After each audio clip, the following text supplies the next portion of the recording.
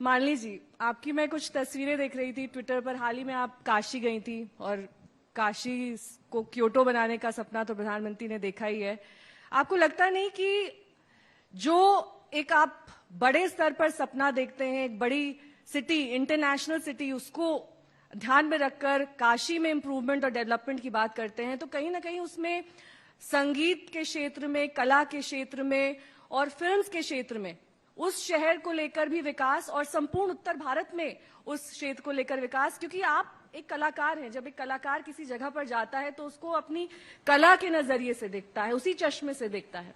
तो कहीं कोई अफसोस रहा काशी जब आप गई, या और शहरों में भी आप ट्रैवल करती हैं, वहां पर कला को लेकर अगर एक तरह से कम प्रयास किए जा रहे हैं या प्रयास नहीं किए जा रहे हैं, उसको लेकर मलाल रहता है? नहीं नेहा, सबसे पहले तो मैं ये कहना चाहूंगी कि हर भारतीय के लिए, हर सनातन विश्वास वाले के लिए काशी का अर्थ है बाबा विश्वनाथ जी का मंदिर, और ये शुरू से एक दूसरे के पूरक रहे हैं मैं कहूंगी। और 2014 के पहले जो भी बनारस काशी गया है, बाबा के मत्थे पे मत्था टेका है धाम पर, वो यदि अभी 2 महीने पहले यदि गया हो तो अविश्वसनीय है, अकल्पनीय है। ये जो कुछ हुआ है ये एक चमत्कार से कम नहीं। और वास्तव में हम आपको कह सकते हैं, हम सोमनाथ जाते थे या हम किसी और मंदिर जाते हैं तो वहां पर सब यही कहते थे कि उत्तर प्रदेश में कैसे बाबा का इतना बड़ा ज्योतिर्लिंग है लेकिन वहां घुसने के लिए मशक्कत करनी पड़ती है, कि धक्का अमुक की सब। और वहां पर अभी इस समय इतने चमत्कारिक ढंग से जो प्रांगण बना है, ये मुझे लगता है पीढ़ियां ऋणी रहेंगी काशी विश्वनाथ का जो वर्तमान स्वरूप है।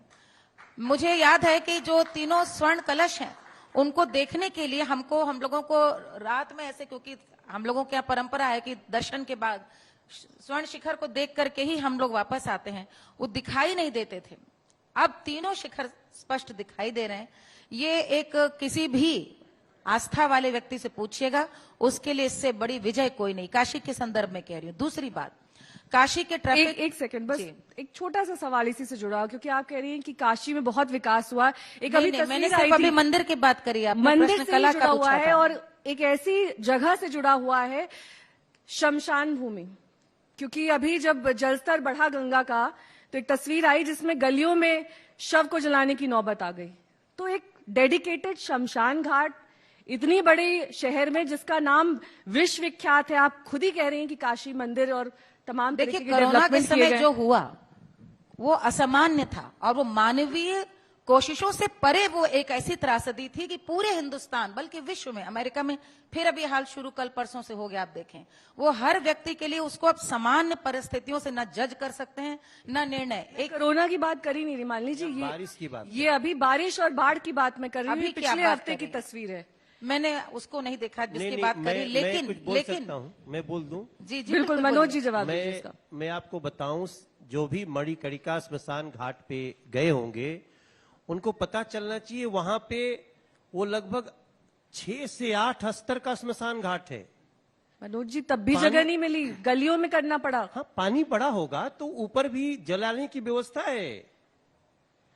मणिकर्णिका घाट पे वहां तो हम लोग बैठ बैठ के साधना की वहां व्यवस्था वैसे है। हम तो अभी 4 दिन अभी बनारस रह के आ रहे हैं, हमारे नजर में खबर नहीं। आप अच्छा भी देखिए, सिर्फ नकारात्मक मत देखिए, अच्छा भी देख लेते हैं। काशी की बात आपने करी थी, मुझे लगता है कि ट्रैफिक और काशी की सड़कों का, काशी में नगर तक पहुंचना एयरपोर्ट से, ये इतना बड़ी चुनौती थी। जो फ्लाईओवर है और अभी हाल में जो रुद्राक्ष कला की आपने बात करी, एक विश्व स्तरीय प्रेक्षागृह की बहुत समय से डिमांड थी, और रुद्राक्ष जिस प्रकार का बना है काशी में, मुझे लगता है अच्छे मंच की, वहां तो हम लोग घाट में ही कार्यक्रम करते थे, लेकिन जो पुराना है नागरी नाटक, उसकी स्थिति अभी जीर्ण शीर्ण है, बहुत प्राचीन है।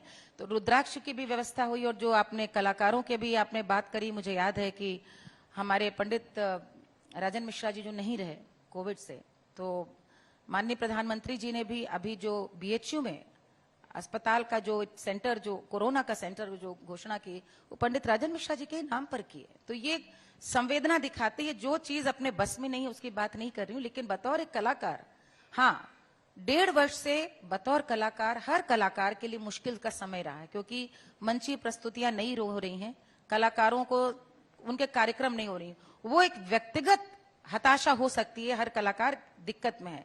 लेकिन मुझसे पूछें तो मैं यहां जरूर कहना चाहूंगी कि मेरा उत्तर प्रदेश पर मुझे बड़ा अभिमान है, कहीं जाती हूं तो मेरे पहचान उत्तर प्रदेश के रूप में होती है।